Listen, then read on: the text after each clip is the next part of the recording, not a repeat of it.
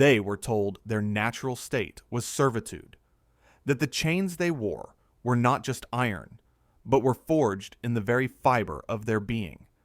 That courage, discipline, and honor were qualities reserved for the race that had enslaved them.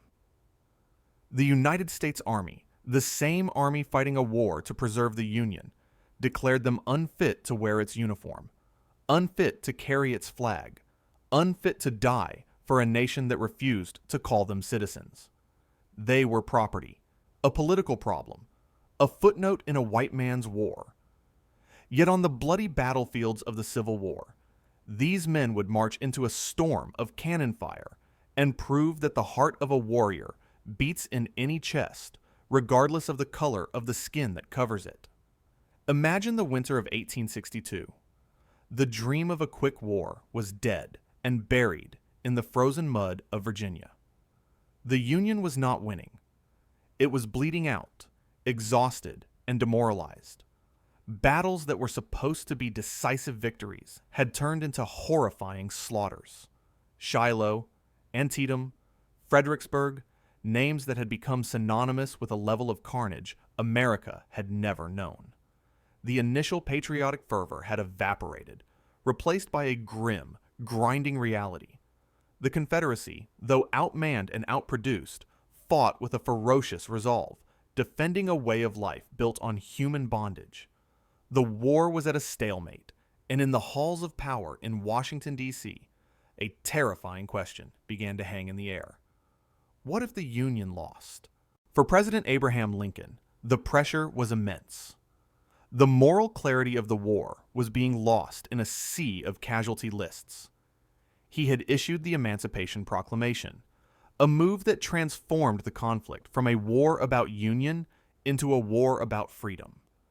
But it was a promise written on paper, yet to be paid for in blood. And the Union was running out of men willing to pay that price. Enlistment numbers were falling. Draft riots were brewing in northern cities. The Army needed soldiers, hundreds of thousands of them, and the well of white volunteers was running dry. And all the while, another army was waiting. An army of nearly 4 million enslaved people in the South and hundreds of thousands of free black men in the North. An untapped reservoir of manpower, eager to fight for the very freedom the war was now supposed to be about. The solution seemed so obvious, yet to most of white America, it was unthinkable. To arm a black man was to admit he was, in fact, a man. To give him a rifle was to trust him with the most potent symbol of citizenship. And that was a fear that ran deeper than the fear of losing the war. The arguments against it were loud and steeped in centuries of prejudice. In Congress, in newspapers, in the private letters of generals, the same hollowed-out logic was repeated like a mantra. They will run at the first sound of cannon fire. They lack the intelligence for complex battlefield maneuvers. They cannot be disciplined. The most insidious fear was rarely spoken aloud, but was understood by all. If you teach a black man to kill for the Union, what's to stop him from one day using that skill to fight for himself? The most dangerous weapon in the hands of a black man, they argued, wasn't a rifle. It was the idea of equality that came with it. But another voice began to rise, a voice of furious, undeniable logic. It belonged to men like Frederick Douglass, an escaped slave who had become the nation's most powerful abolitionist orator. For years, he had thundered from podiums, demanding the right for black men to fight. He saw the hypocrisy at the heart of the Union cause with piercing clarity. How could a nation fight to end slavery while telling the enslaved they weren't good enough to join the fight? Once let the black man get upon his person the brass letters U.S., Douglass proclaimed. Let him get an eagle on his button, and a musket on his shoulder, and bullets in his pocket, and there is no power on earth which can deny that he has earned the right to citizenship. His argument was not just moral. It was brutally practical. The Union was leaving its greatest strategic advantage untapped out of sheer prejudice. While white families mourned their sons, An army of potential liberators was being forced to dig ditches and load wagons. The war could be won, Douglas and others argued, but only if the Union was willing to use every weapon in its arsenal. And the most powerful weapon was the very people the Confederacy had enslaved. Slowly, painfully, reality began to chip away at the wall of racism. The endless casualty lists did what moral arguments could not. The need for soldiers began to outweigh the fear of arming them. In Massachusetts, a state with a long history of abolitionist sentiment, Governor John Andrews saw an opportunity. He lobbied Washington, pressuring the War Department, making the case that he could raise a regiment of black soldiers that would be the equal of any white unit. In January of 1863, after months of bureaucratic resistance, he received the authorization he had been fighting for. The United States government had given its permission to form the 54th Massachusetts Infantry Regiment, the first all-black regiment to be raised in the North. It was called an experiment, a test to see if these men could, in fact, measure up. They were to be a showcase, their every action scrutinized, their every mistake magnified. The weight of an entire race's reputation would rest on their shoulders. The call went out across the North, to the farms of Pennsylvania, the docks of Boston, the churches of New York. The word spread through whispers and newspapers, a promise of something that had been denied for so long. A chance to fight, a chance to prove them all wrong. The question wasn't whether America would let them fight. It was who would be brave enough to answer the call. The call was answered. They came not as a trickle, but as a flood. From the cobbled streets of Philadelphia and the rolling hills of western Massachusetts, from the farmlands of Ohio and the forests of Canada, they came. They were barbers and blacksmiths, scholars and sailors, men who had known freedom their whole lives, and men who still bore the scars of a master's whip on their backs.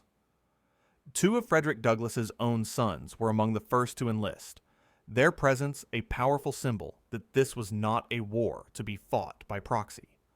What kind of man volunteers to die for a country that sees him as less than a citizen? The kind of man who understands that freedom is never given, it must be taken. They left behind families, jobs, the fragile safety they had carved out for themselves, all for a chance to march south and dismantle the institution that had haunted their people for 250 years. But to lead this regiment of black men, the Army chose a man who seemed to be everything they were not. Colonel Robert Gould Shaw was the son of wealthy Boston abolitionists, a young man of privilege who had studied at Harvard. He was slight of build, thoughtful, and carried the quiet weight of his Brahmin ancestry. He was the living embodiment of the world they were fighting to join, yet he was also a veteran of the bloody Battle of Antietam. He had seen the face of war and had no illusions about its glory. At first, he refused the command, hesitant to lead what the rest of the army considered a doomed social experiment. But the pressure of his family's principles and his own sense of duty eventually won out. He accepted the post, knowing it could mean the end of his military career and his social standing. His friends in other regiments warned him, mocked him even. They said he was throwing his life away on a lost cause. Shaw ignored them. He had made his choice. The training camp was established in Redville, Massachusetts, a muddy field that would become the crucible where farmers and laborers were forged into soldiers. From the beginning, the men of the 54th knew they were under a microscope.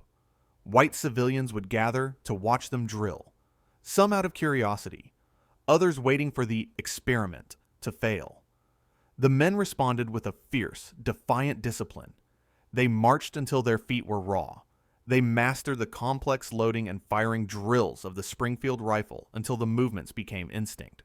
Their uniforms were crisper, their brass buttons shined brighter. Their formations were more precise than any of the white regiments training nearby. They had to be better. They knew that any small mistake would be used as proof of their supposed inferiority. Their drill instructors, battle-hardened veterans, pushed them relentlessly, but soon found that the men of the 54th pushed themselves even harder. And then, before they had even seen a single battle, their own government betrayed them. When they had enlisted, they were promised the same pay as any white soldier, $13 a month.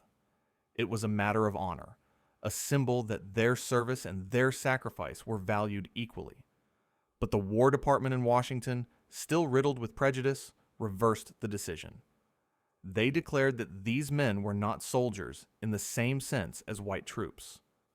They would be paid only $10 a month, and out of that, $3 would be deducted for their uniforms, a fee white soldiers never had to pay.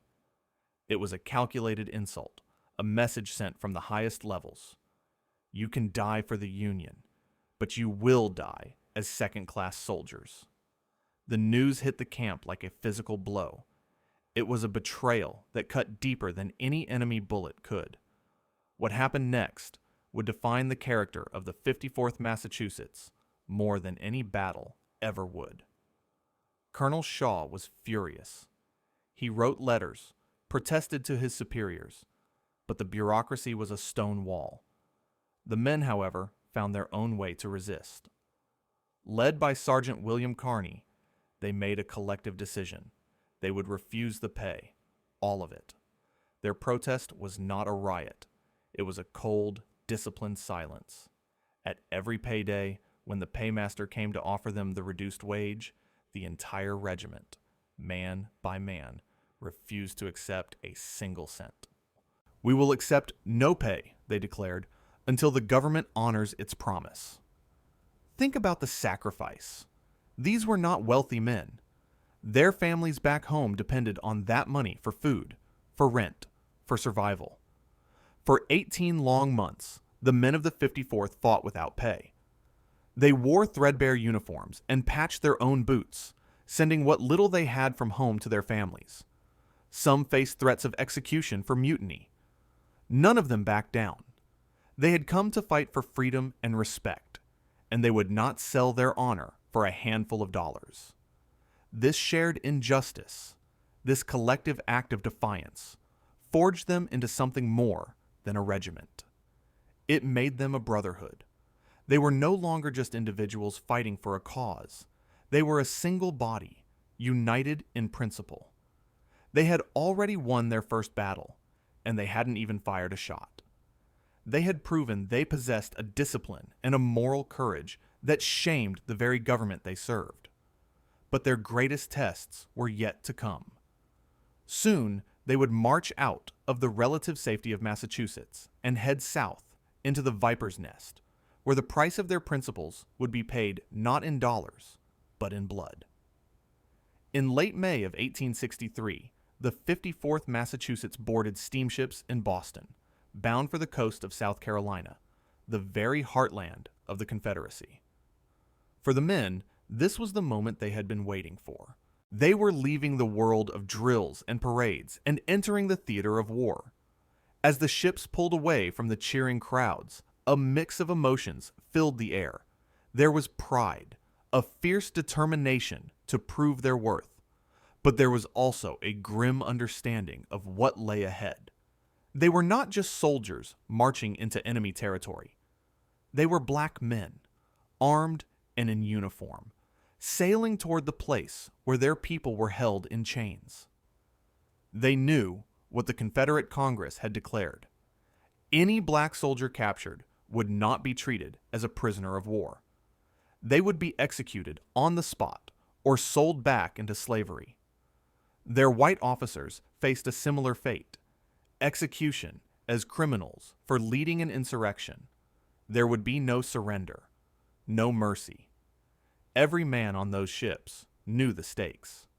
Their arrival in the Sea Islands of South Carolina was a surreal experience.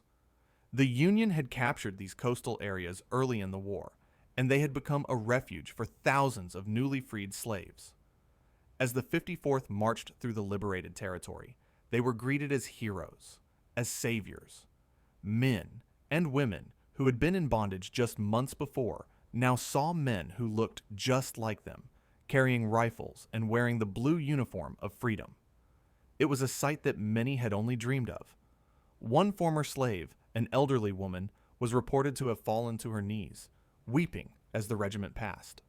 "I have seen the glory," she cried. "The day of Jubilee is here." For the soldiers, this welcome was a powerful reminder of why they were fighting. This was not an abstract war about preserving a nation. This was a war to liberate their people. But their first taste of combat would be a bitter one, an action that would test their morals and stain the honor they held so dear.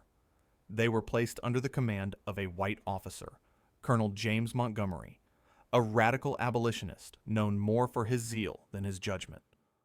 Montgomery was ordered to conduct raids along the coast, to disrupt Confederate supply lines and terrorize the local populace. His methods were brutal.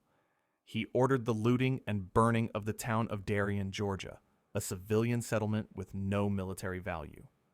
The men of the 54th were forced to participate, to set fire to homes and steal property from the very people they had come to liberate.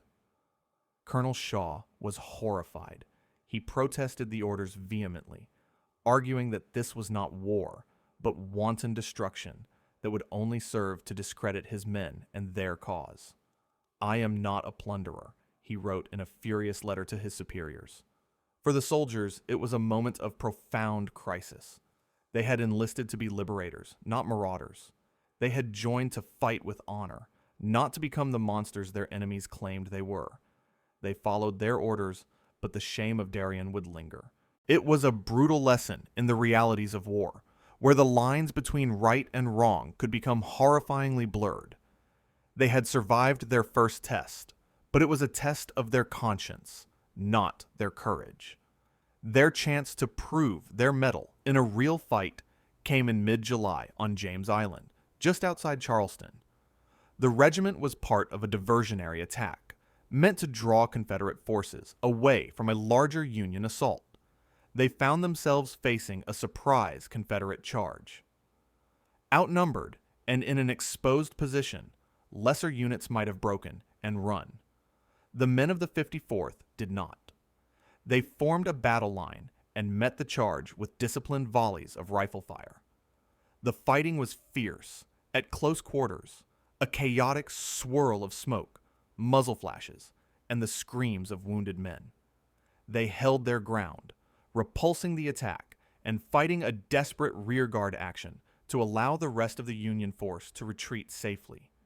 It was their first true baptism by fire. They had faced the enemy, looked into their eyes, and had not faltered. They had inflicted heavy casualties and, more importantly, had proven to themselves and to the white units, fighting alongside them, that they would not run.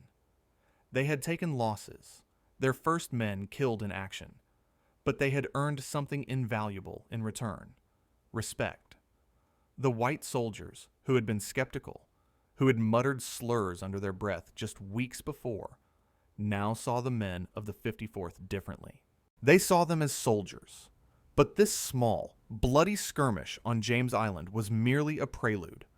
It was the final dress rehearsal before the main event, before the one battle that would define them forever. After the fight, as they tended to their wounded and buried their dead, new orders arrived. The main Union assault was targeting the most formidable obstacle on the approach to Charleston, a massive earthen fortress on Morris Island. It was called Fort Wagner, and the 54th Massachusetts was being asked to lead the charge. To understand what happened next, you must first understand Fort Wagner. It was not a castle of stone and mortar. It was something far more terrifying. It was a monster made of earth and sand, a sprawling fortress that stretched across the entire width of Morris Island. Its walls were 30 feet high, built of compacted sand, and reinforced with massive oak logs, walls that could absorb the heaviest cannonballs, like a sponge, leaving the defenders inside virtually unharmed. Atop its ramparts bristled a battery of heavy artillery, cannons that could command every approach by land and sea. In front of the fort was a deep, water-filled moat, and in front of the moat was a narrow strip of beach, the only possible path for an attacking force, The Confederates had turned this strip of sand into a death trap, a perfectly designed killing field. The Union Army had to take it. Fort Wagner was the key to Charleston Harbor, and Charleston was the symbolic heart of the Confederacy, the city where the first shots of the Civil War had been fired. Taking Charleston would be a devastating blow to Southern morale. The Union generals had already tried to take the fort once, in a daylight assault just a week earlier. It had been a catastrophe. The attacking white regiments had been slaughtered on the beach, cut down in waves by a storm of canister shot and rifle fire before they ever reached the fort's walls. The sand was still stained with their blood. The Union commander, General Quincy Gilmore, was determined to try again. But this time, he needed a unit that was willing to march into what everyone knew was almost certain death. The call went to Colonel Shaw. He was offered the honor of leading the second assault on Fort Wagner. Everyone knew what this offer really meant. It was both a test and a death sentence. The Union High Command still harbored doubts about the fighting ability of black troops. If the 54th refused, it would be seen as cowardice, proof that they lacked the mettle for a real fight. If they accepted, they would be hurled against an impregnable fortress that had already broken the back of a veteran white unit. It was a politically calculated move. If the attack succeeded, the generals could take the credit. If it failed, the blame could be laid on the failed experiment of the Black Regiment. Shaw did not hesitate. He understood the trap, but he also understood the opportunity. This was the chance his men had been fighting for since the day they enlisted. This was the moment they could silence every critic, every doubter, with a single act of supreme courage. He gathered his men. He did not lie to them or soften the truth. He explained the mission, the impossible odds, the likelihood that many of them would not return. Then he asked for volunteers. The entire regiment stepped forward as one. The afternoon of July 18th, 1863, was hot and humid. As the men of the 54th prepared for the assault, a sense of grim finality settled over them. They had already been awake for 2 days and had marched miles through punishing terrain. They were exhausted, hungry, and soaked from a torrential downpour. Yet, as they formed their battle lines, they found a strength that went beyond the physical. They wrote last letters home, entrusting them to the regimental chaplain. They shook hands with friends, promising to look for each other on the other side. Sergeant William Carney, seeing that the regimental color bearer looked unwell, stepped forward and said, "If you should fall, I will lift the flag and carry it to the front." It was a promise he intended to keep. As dusk began to fall, Colonel Shaw walked along the line, speaking to his men in quiet tones. He reminded them of why they were there. "I want you to prove yourselves," he told them. "The eyes of thousands will be on what you do tonight." His men needed no reminding. They could feel the weight of history on their shoulders.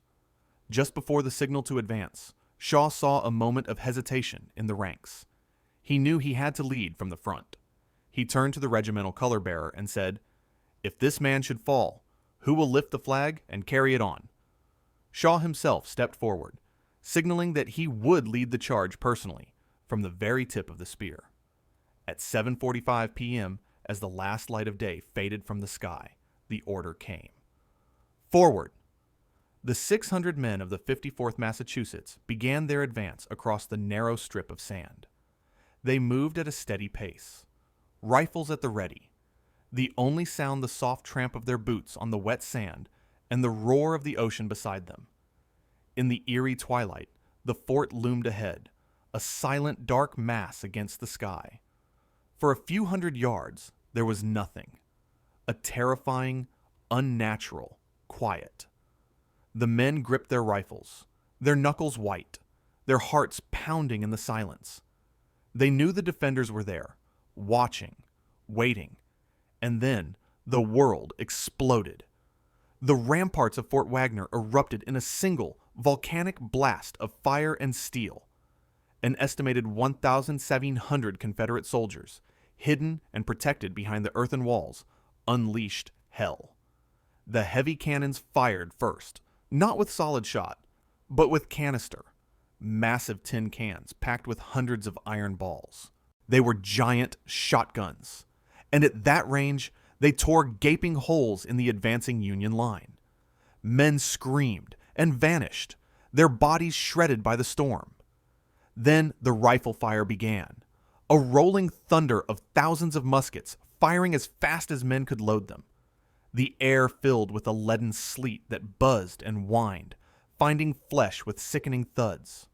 The front ranks of the 54th simply ceased to exist, mown down like grass before a scythe. For a moment, the regiment faltered. The sheer violence of the onslaught was beyond anything they had ever imagined.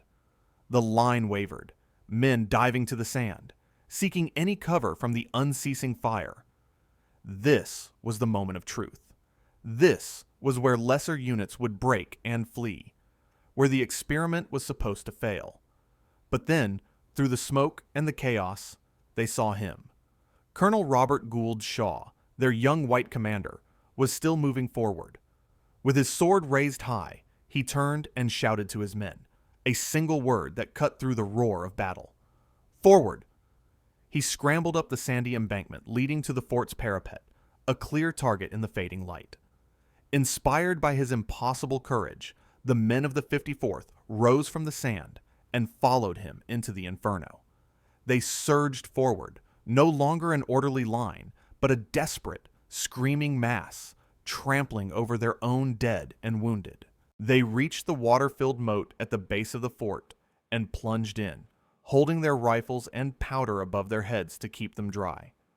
The water was churned into a red foam by the bodies of the fallen. They clawed their way up the slippery outer wall of the fort, the sandy slope that led to the Confederate guns. Men were shot and fell back, tumbling into the men behind them, but still they climbed. Colonel Shaw was among the first to reach the top of the parapet. He stood there for a fleeting, immortal moment, silhouetted against the muzzle flashes, his sword raised, shouting, "Forward, 54th!" before a volley of rifle fire struck him in the chest, killing him instantly. He fell among the very men he had led, his life a final testament to his belief in their cause. But his death did not stop the charge. It fueled it. With a roar of rage and grief, his soldiers poured over the wall after him.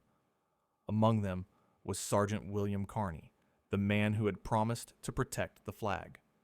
The original color bearer had been hit, and Kearny, true to his word, had seized the stars and stripes before it could touch the ground. Now, wounded himself, but driven by an unbreakable will, he climbed the parapet, planted the flag firmly in the sand at the top, and screamed to his comrades, "The old flag never touched the ground, boys." For a precious few minutes, in the heart of the Confederate fortress, the American flag flew, held aloft by the hands of a black sergeant. What followed was a scene from a nightmare. The men of the 54th who made it inside the fort engaged in brutal, hand-to-hand combat.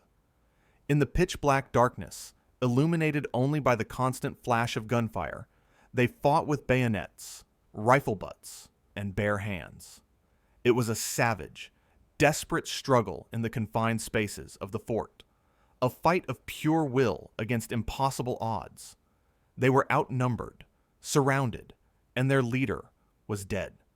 Supporting white regiments that were supposed to follow them into the breach had been pinned down on the beach, unable to advance through the same storm of fire. The 54th was alone. For nearly an hour, they fought on. They held a small section of the fort, a tiny pocket of defiance against the entire Confederate garrison. But the Confederate numbers were overwhelming. Reinforcements poured into the fort, pushing the surviving men of the 54th back toward the parapet with a fresh wave of lead and steel. The order was finally given to retreat. It was every man for himself.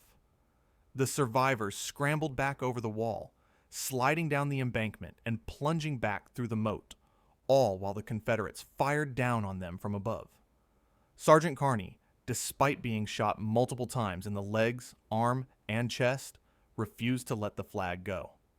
He wrapped it around the staff, crawled and stumbled his way back through the slaughter, and did not stop until he reached the relative safety of the Union lines. Before collapsing from his wounds, he handed the flag to another soldier and said the words that would make him a legend. "Boys, I only did my duty. The old flag never touched the ground." He would survive his wounds, and, for his actions that night, would later become the first African American to be awarded the Medal of Honor. The retreat from Fort Wagner was as horrifying as the charge. The beach was a landscape of death, littered with the bodies of the dead and the dying. Wounded men cried out for water, for help, for their mothers. Under the cold light of the moon, Union surgeons did what they could, but the darkness and the sheer number of casualties made their task impossible. The 54th Massachusetts had ceased to exist as a fighting force. Of the 600 men who had made the charge, 272 were killed, wounded, or missing. They had lost nearly half their number in a single action. The attack on Fort Wagner was a military failure. The fort remained in Confederate hands. But in the smoldering aftermath of that bloody charge, the men of the 54th had won something far more important than a piece of ground. They had won immortality. They had answered the question that had followed them since their inception. They had proven, in the most dramatic and costly way imaginable, that black men could and would fight with a courage second to none. The experiment was over. The verdict was in. In the immediate aftermath, a cold, grim silence fell over the Union Army. The failed assault on Fort Wagner was a brutal defeat, a stark reminder of the cost of underestimating the enemy. But as the sun rose on the morning of July 19th, and the full scope of the slaughter on the beach became clear, another story began to emerge from the carnage. It was a story whispered at first by the white soldiers who had watched the charge, then repeated with awe by the surgeons in the field hospitals, and finally carried in the official dispatches of the officers who had witnessed it. It was the story of the 54th Massachusetts. They had not just fought, they had fought with a suicidal bravery that left veteran soldiers speechless. They had marched into a furnace that had repelled other units and had done what no one thought possible. They had breached the walls. The white regiments that were supposed to support them spoke of the charge with a reverence usually reserved for ancient legends. "I saw them fall, one after another," one white officer wrote in a letter home, "and yet they kept going forward, right into the mouths of the cannons. I have never seen such courage." The racism and skepticism that had been so prevalent in the Union Army's ranks began to melt away, burned off by the fires of Fort Wagner. These were not second-class soldiers. These were warriors. The Confederate defenders of the fort, in their own way, paid the 54th a grudging, backhanded compliment. When the time came to bury the dead, they treated the white Union officers with the customary respect of war, returning their bodies for proper burial. But Colonel Robert Gould Shaw, the white commander who had died leading black troops, was treated with contempt. A Confederate officer, when asked where Shaw's body was, sneered, "We have buried him with his niggers." He meant it as the ultimate insult, a final act of desecration. But Shaw's family, when they heard the news, responded with a power that turned the insult on its head. They wrote back that there could be no more honorable place for their son to be buried than with his brave and devoted soldiers. The mass grave at the foot of Fort Wagner, intended as a symbol of dishonor, instead became a sacred monument to the unity of men who had fought and died together for a common cause. But the most powerful impact of the charge was felt far away from the battlefields of South Carolina. When news of Fort Wagner reached the North, it electrified the nation. The graphic, heroic, and tragic story was printed in every major newspaper. The sacrifice of the 54th was no longer a military secret or a rumor. It was a national event. The very papers that had once questioned the wisdom of arming black men now ran glowing tributes to their bravery. Illustrations of the desperate charge, of Shaw falling on the parapet, of Kearny holding the flag aloft, were published and republished, searing the image into the public consciousness. For the black community in the North, the news was both heartbreaking and profoundly validating. They mourned the loss of their sons, husbands, and brothers, but they did so with an overwhelming sense of pride. Their men had not failed. They had met the ultimate test and had proven themselves to be heroes. The charge on Fort Wagner became a powerful recruiting tool. Frederick Douglass and others used the story as a rallying cry. Posters appeared across the North with the image of a black soldier, often invoking the memory of the 54th, with the words, "Come and join us, brothers." And they did. The trickle of black volunteers into the Army became a flood.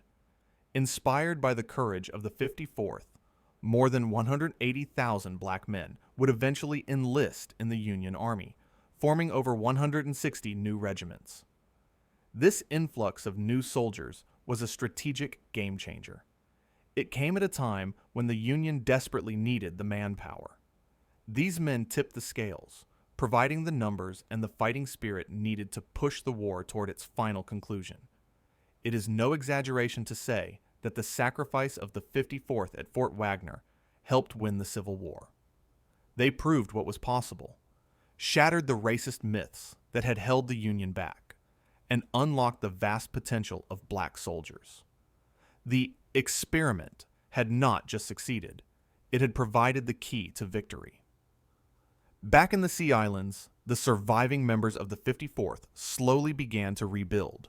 They had lost their commander and nearly half their men, but their spirit was not broken. They had earned their honor in the most costly way imaginable, and they wore it with a quiet dignity. They would go on to fight in other battles, in Florida, in Georgia, always conducting themselves with the same discipline and courage they had shown at Wagner. But their reputation had been forged in that one desperate charge. They were no longer just the 54th Massachusetts. They were now, and forever, the Glory Regiment. The story of what they did on that sandy beach would be passed down, told and retold, becoming a foundational myth in the long, brutal, and heroic struggle for black freedom in America.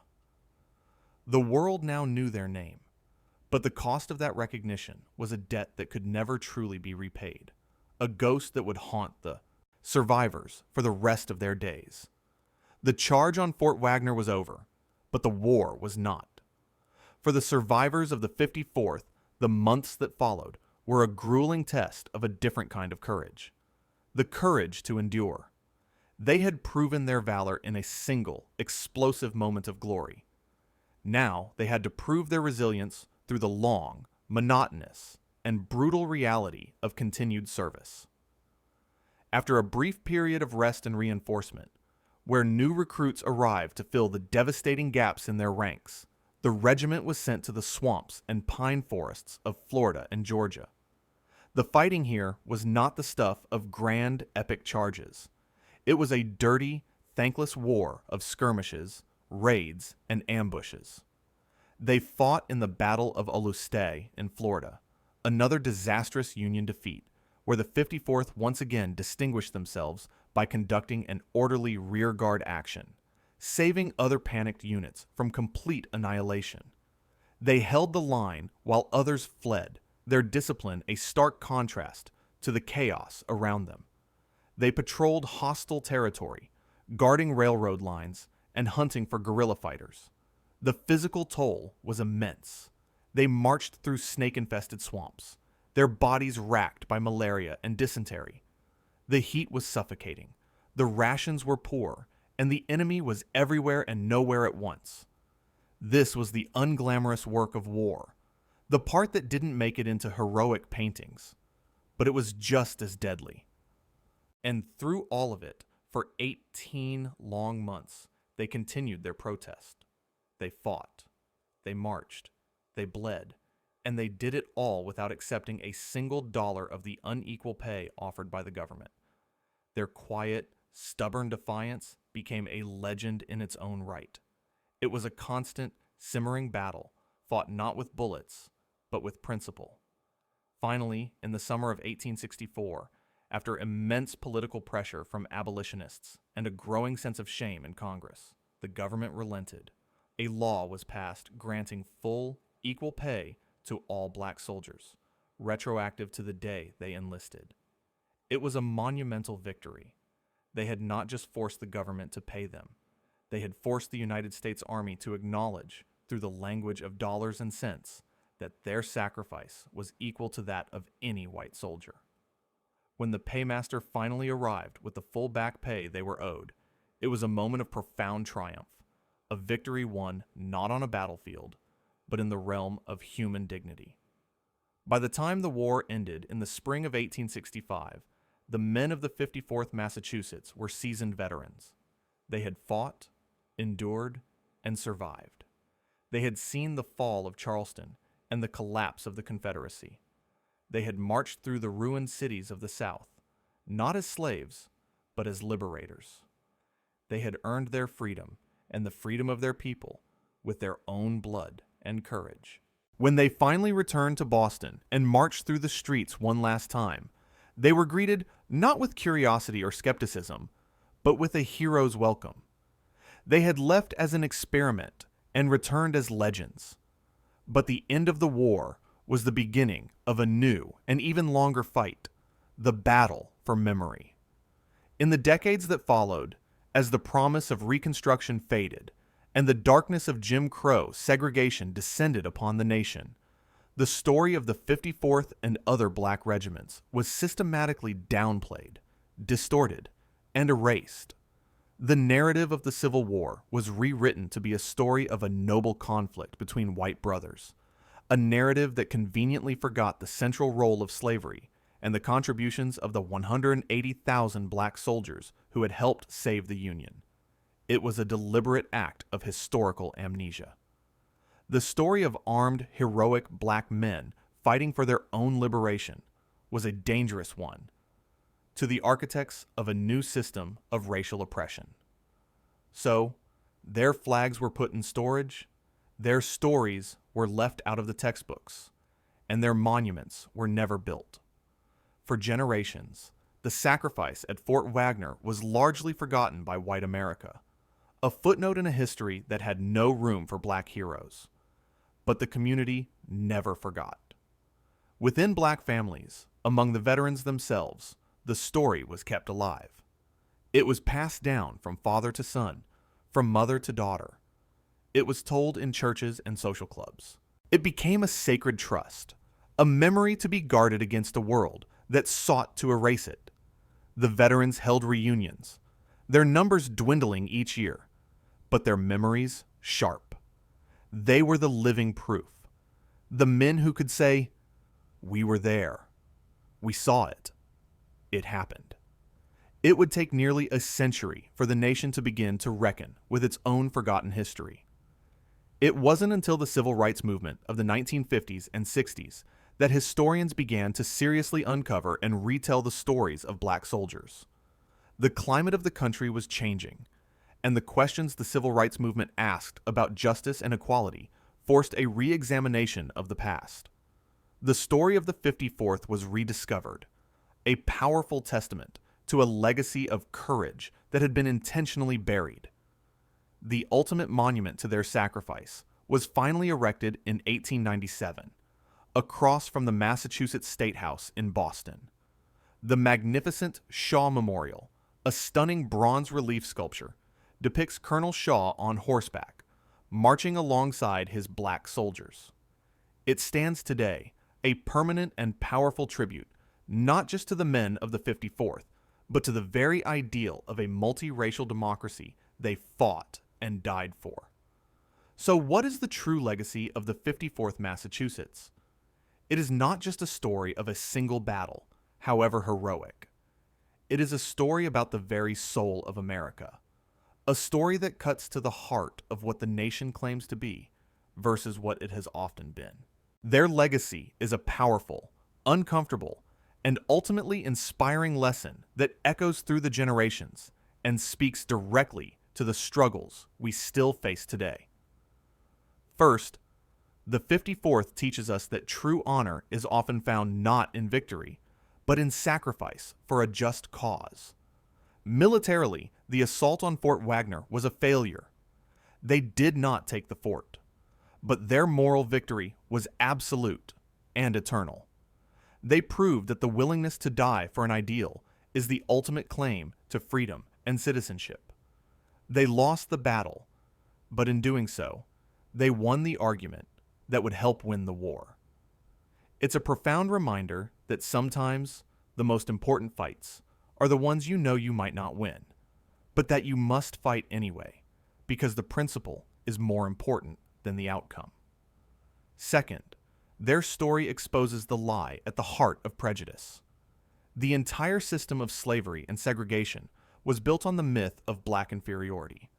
The men of the 54th did not just challenge this myth with words, they demolished it with action.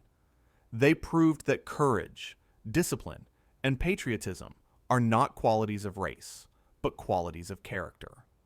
Their charge was a direct refutation of every racist stereotype, a performance of excellence under the most extreme pressure imaginable.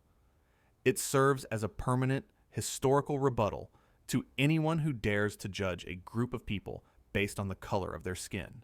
Their legacy is a testament to the fact that prejudice is a choice, an ignorance that willfully ignores the evidence of human potential. Third, the 54th provides a blueprint for what it means to fight a war on two fronts. They were simultaneously fighting a foreign enemy, the Confederacy, and a domestic one, the racism within their own army and nation. Their protest over unequal pay is one of the most powerful examples of civil disobedience in American history. They understood that you could fight for a country while also fighting against its injustices. This model of critical, yet committed patriotism is more relevant than ever. It teaches that loving your country doesn't mean accepting its flaws.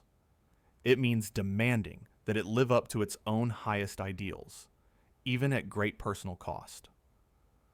Fourth, the deliberate erasure of their story for nearly a century is a chilling lesson in the power of narrative. History is not just a collection of facts.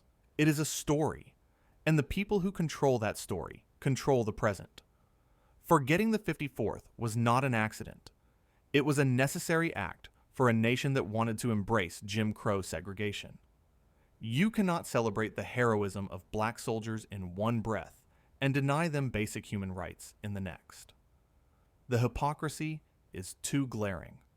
So, their story was buried. The recovery of their story today is a powerful reminder that we must constantly question the histories we are taught and ask, who is missing? Whose voice has been silenced?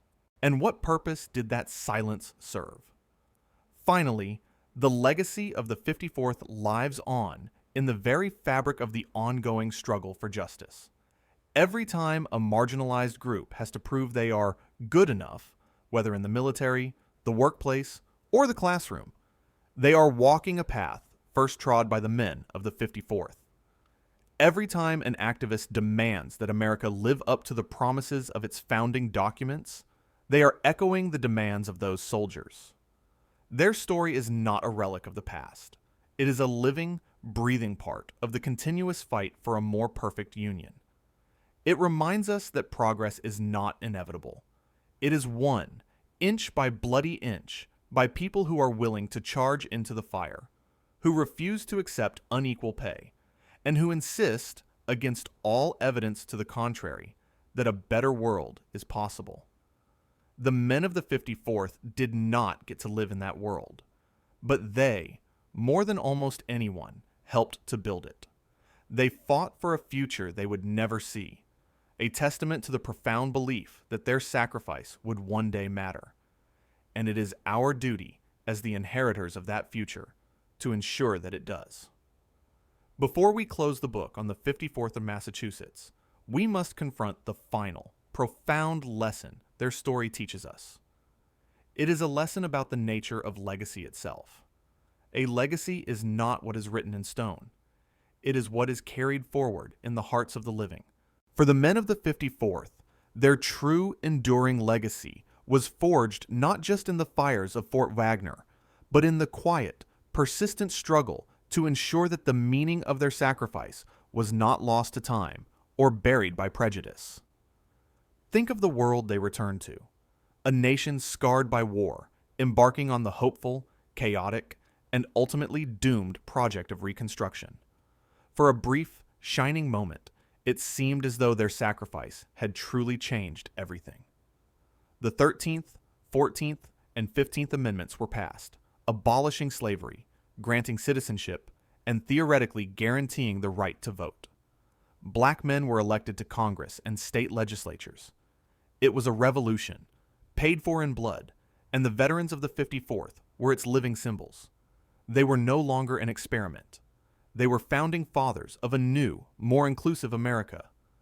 But this new America was terrifying to those who clung to the old order, and the backlash was swift and brutal.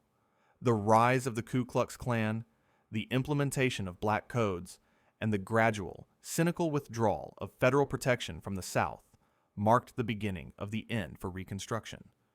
The nation, weary of conflict, chose reconciliation between whites over justice for blacks. The story of the Civil War was recast, transformed from a moral crusade against slavery into a tragic but noble war between the states. In this new, sanitized narrative, there was no room for the uncomfortable truth of black soldiers fighting for their own liberation. To acknowledge their heroism was to acknowledge the righteousness of their cause and the profound evil of the system they fought against. And so, the Great Forgetting began. This is where the Second Great Battle of the 54th was fought. This was not a battle of bullets and bayonets, but of memory and meaning. It was fought by the aging veterans themselves. Men like William Carney, who for 37 years waited for the Medal of Honor he had so clearly earned at Fort Wagner. His struggle was a quiet one, a campaign of letters and testimony, a refusal to let the nation forget what had happened that night. When he was finally awarded the medal in 1900, an old man whose body was still riddled with Confederate lead, it was a victory not just for him, but for every soldier who had made that charge. It was a crack in the wall of silence. The fight was carried on by their children and grandchildren, who preserved the medals, the tattered flags, and most importantly, the stories. They became the keepers of the flame, ensuring that within the community, the legend of the 54th never died. They understood that to lose that story was to lose a vital piece of their own identity, to lose the proof of their people's courage and their undeniable claim to a place in the American story. And the fight was carried on by artists. The most powerful weapon in this battle for memory was the Shaw Memorial. The sculptor, Augustus St. Gaudens, spent 14 years of his life obsessed with getting it right. He refused to create a typical monument of a lone hero on a horse. Instead, he depicted Colonel Shaw marching alongside his black soldiers, each face unique, each one rendered with a profound and individual dignity. He hired black men as models to ensure the authenticity of their features, a radical act in an era of racist caricatures. The monument was a statement. It said that these men were not a faceless mass. They were individuals, heroes in their own right.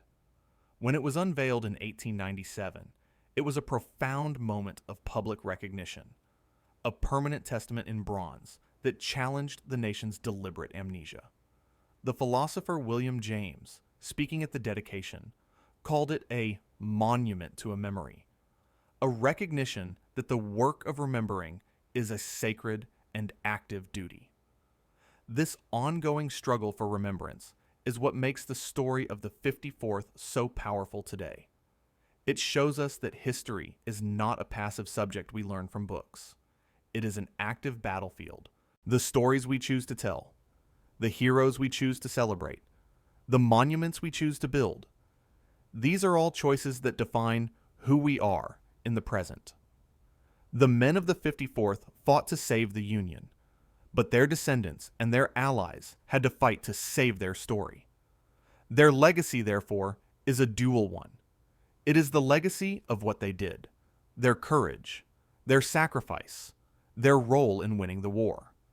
But it is also the legacy of what their story represents, the ongoing fight for historical justice, the struggle to ensure that all voices are heard and that the American narrative reflects the contributions of all its people. When we tell the story of the 54th Massachusetts today, we are not just recounting a past event. We are participating in that century-long battle against erasure. We are picking up the flag that William Carney refused to let fall. We are ensuring that their old flag, the flag of a truly united and equal nation they envisioned, never touches the ground. Their sacrifice was not an endpoint. It was a down payment on a promise of equality that America is still struggling to keep. And the greatest tribute we can pay them is to continue their fight. Let's step back for a moment and consider the sheer, almost unbelievable arc of this story. In the spring of 1863, the men of the 54th Massachusetts were a question mark, an experiment viewed with a mixture of contempt, pity, and outright hostility by the very army they had sworn to serve. By the summer of that same year, they had become an answer. They had become the irrefutable proof that destroyed a century of lies. The speed of that transformation is staggering, and it forces us to confront an uncomfortable truth. The barriers that prejudice builds are formidable, but they are also fundamentally hollow. They are built on myths, not realities, and they can be shattered by the force of undeniable performance. The men of the 54th did not have the luxury of proving themselves over time, of gradually winning over their critics. They had one chance, on one night, on one bloody strip of sand. They had to prove their worth in the most unforgiving crucible imaginable, a place where failure meant not just death, but the confirmation of every racist lie that had been told about them. Think about the psychological weight of that moment. They were not just fighting for their lives or for a military objective. They were fighting for the reputation of their entire race. Every step they took toward Fort Wagner was a step against the crushing weight of generations of systemic oppression. This is a burden that no soldier should ever have to carry. White regiments fighting alongside them had to worry about cannons and rifles. The 54th had to worry about that, and about the historical verdict that would be rendered on their actions. Their success or failure would be used to justify or condemn the aspirations of millions. It is a level of pressure that is almost impossible to comprehend, and yet they did not break. They met that pressure with a courage that has echoed through American history. Their story becomes a powerful lens through which we can view the broader American experience. The pattern is a familiar one. A marginalized group is told they are incapable. They are denied opportunities based on preconceived notions. Then, when finally given a chance, often out of desperation or political calculation, they not only meet the standard, but exceed it in spectacular fashion. We saw it with the Harlem Hellfighters in World War I, with the Tuskegee Airmen in World War II, with Japanese-American soldiers of the 442nd Regimental Combat Team, who became the most decorated unit of their size in U.S. military history, while their families were locked away in internment camps. The story of the 54th is the archetype. It is the foundational story of this recurring American theme. It teaches us that excellence is often born in the crucible of low expectations. The need to be twice as good to get half as much is a terrible injustice, but it also forges a strength and a discipline that can be awe-inspiring. The men of the 54th drilled harder, stood straighter, and fought fiercer precisely because they knew they were being judged by a different, harsher standard. They turned the injustice of the system into fuel for their own greatness. Furthermore, Their story forces us to reevaluate our definition of a hero. We often think of heroes as flawless individuals, born with innate greatness. The men of the 54th were not that. They were ordinary people. They were farmers, barbers, sons, and fathers. They had fears, doubts, and weaknesses, just like any other soldier. What made them heroic was their collective choice. Their choice to enlist in the face of uncertainty. Their choice to protest injustice, even when it cost them dearly. Their choice to charge into a wall of fire for a cause they believed in.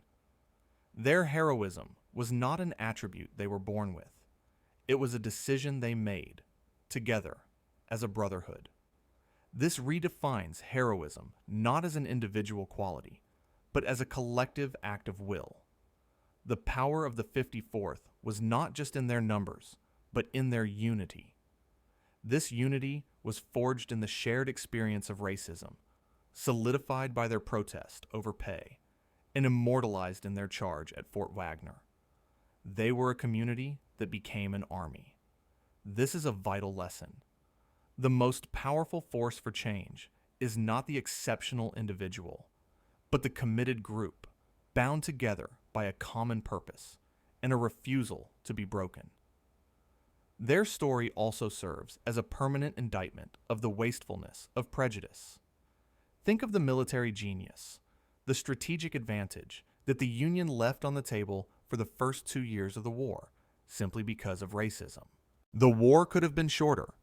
Countless lives could have been saved if the government had embraced the strength of its black population from the beginning. Prejudice is not just a moral failing. It is a strategic blunder. It is a self-inflicted wound. The story of the 54th is the ultimate proof of this. They were not a problem to be managed. They were a solution that was ignored for far too long. Every institution that allows prejudice to cloud its judgment, that denies opportunities based on stereotypes, is repeating the same fundamental error that the Union Army made before 1863. They are weakening themselves by refusing to embrace the full talent of all their people. And that, as the Civil War proved, is a mistake that can cost you everything. As we draw this story to a close, it is crucial to move beyond the battlefield and understand the ripple effect of the 54th's actions. Their courage did not exist in a vacuum. It sent shockwaves through the political and social landscape of America, fundamentally and permanently altering the trajectory of the nation.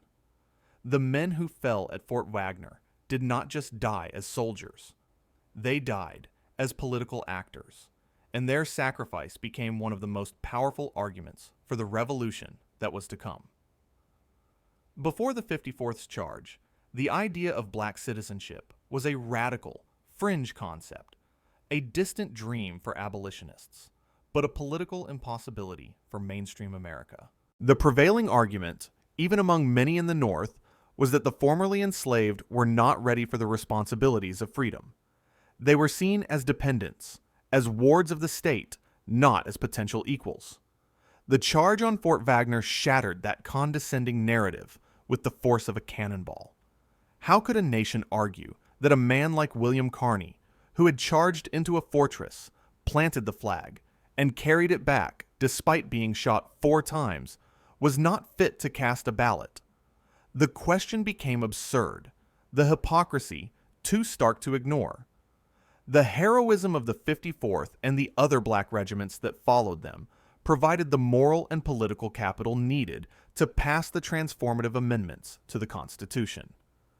The 14th Amendment, which defines citizenship and guarantees equal protection under the law, is built on the foundation of their sacrifice. Their actions gave men like Thaddeus Stevens and Charles Sumner, the radical Republicans in Congress, the ammunition they needed to push for a more just and expansive definition of what America could be. They could stand on the floor of Congress and point to the battlefields of the South, saying, "These men have earned their citizenship with their blood. How dare we deny them what they have so dearly paid for?" This transformation was not immediate or universal, But the shift was undeniable. The 200,000 black men who eventually served in the Union Army and Navy became a powerful political force. They were veterans, heroes, and they returned to their communities not as supplicants asking for rights, but as men demanding them. They became the leaders of the early civil rights movement during Reconstruction. They organized, they voted, they ran for office, and for a brief period, they helped to build a multiracial democracy in the South, the likes of which America had never seen. This was the direct legacy of the 54th's experiment. They had proven that black men were not just capable soldiers, but capable citizens. Furthermore, their story had a profound international impact. The Civil War was being watched closely by the world, particularly by the great powers of Europe like Britain and France. For much of the war, there was a real danger that these nations might intervene on behalf of the Confederacy to protect their access to Southern cotton. The Emancipation Proclamation was a key turning point, reframing the war as a moral crusade against slavery and making it politically difficult for anti-slavery nations like Britain to support the South. The heroism of regiments like the 54th provided the human face for that proclamation. News of their bravery at Fort Wagner was reported in London and Paris newspapers.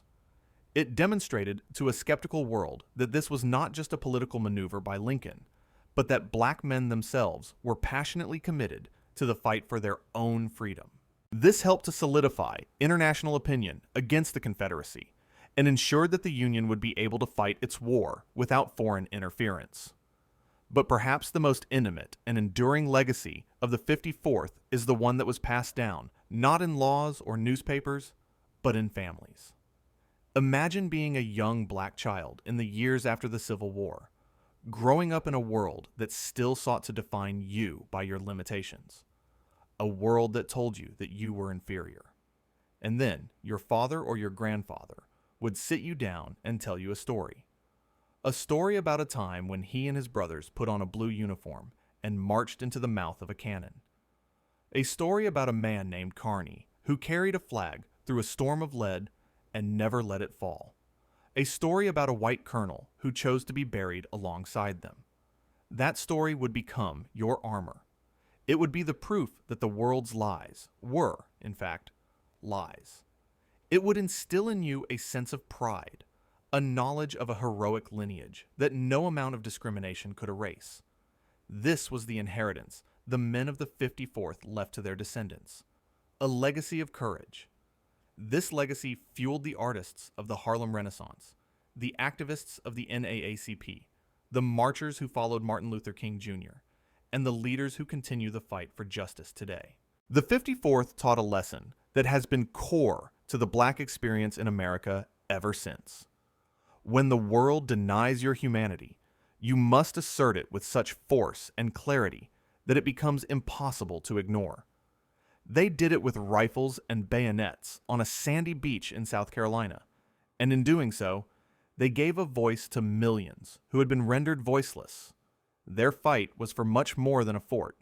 It was for the right to have a story worth telling, and they succeeded beyond their wildest dreams.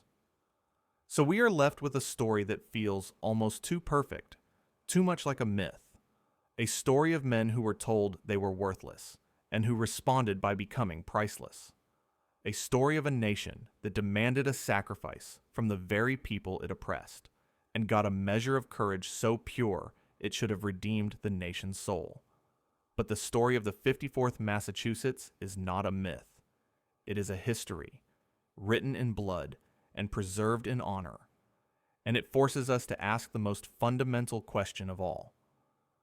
What do we do with a truth this powerful? Let us be clear about what these men accomplished. They did not single-handedly win the war, nor did they end racism in America. The world they returned to was, in many ways, just as cruel as the one they had left. But they did something just as important. They destroyed the foundation of the lie that had justified their oppression, the lie of their inferiority. Before the 54th, the argument could be made, however falsely, that black men were not suited for the pressures of combat or the responsibilities of citizenship. After Fort Wagner, that argument was rendered not just wrong, but absurd. They had held up a mirror to the nation, and the reflection was undeniable. Their story is a testament to the power of a committed minority to change the course of history.